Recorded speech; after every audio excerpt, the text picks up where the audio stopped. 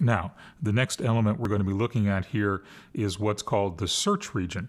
And as you might guess, that's the area outside the feature region that After Effects is going to be looking at when the object moves around in the frame. Because, of course, as you remember, we have a fairly active frame here, a lot of motion and so forth going on.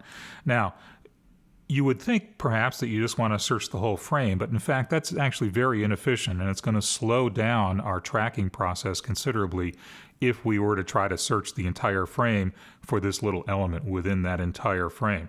So usually, in fact, we want to get the search area in, the search region, fairly tight around the feature region.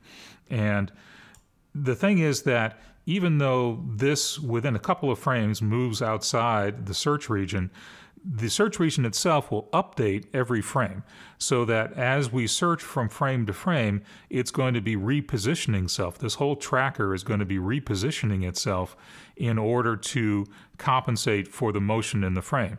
So the search region will also be repositioning itself, and we don't really need to worry about having to search a large region. There are times when we may need to adjust this, as you'll see a little later on, but for right now, in fact, we don't really want a huge search region all over here. We want something that's fairly small, fairly tight around that feature region. So the search region, you adjust that so that you get it outside the feature region, obviously, and just an area surrounding that. And if you need to go back and adjust it, you can do so, certainly. Now, let me zoom out again and get our hand tool back and just sort of reposition things. Here's our full-size frame again. Oops, wrong direction. There we go. And there we go. Reposition that. Let's just adjust things here a little bit so we can see the whole frame. There we go. Now, we have positioned our tracker on our feature, and we've adjusted our feature region and our search region. So what we can do right now is just try a track and see what happens. So to do that, you go over here to the tracker panel and you look at the analyze controls here. And all we need to do, really just to start with here, is analyze forward, and let's just see what happens. As I click this play button here, what looks like a play button, After Effects will start the tracking process, and we'll go through here frame by frame looking for that feature and tracking that feature. So let's just click it and see what happens. Now you see that we had a little zoom in, but that's okay. And as we are going through here, you see that this is actually tracking that pretty tightly. It looks pretty good, as a matter of fact. It's following it pretty well because we have a nice strong feature here to track. So let's just take a look here and see what's going on as we track through here.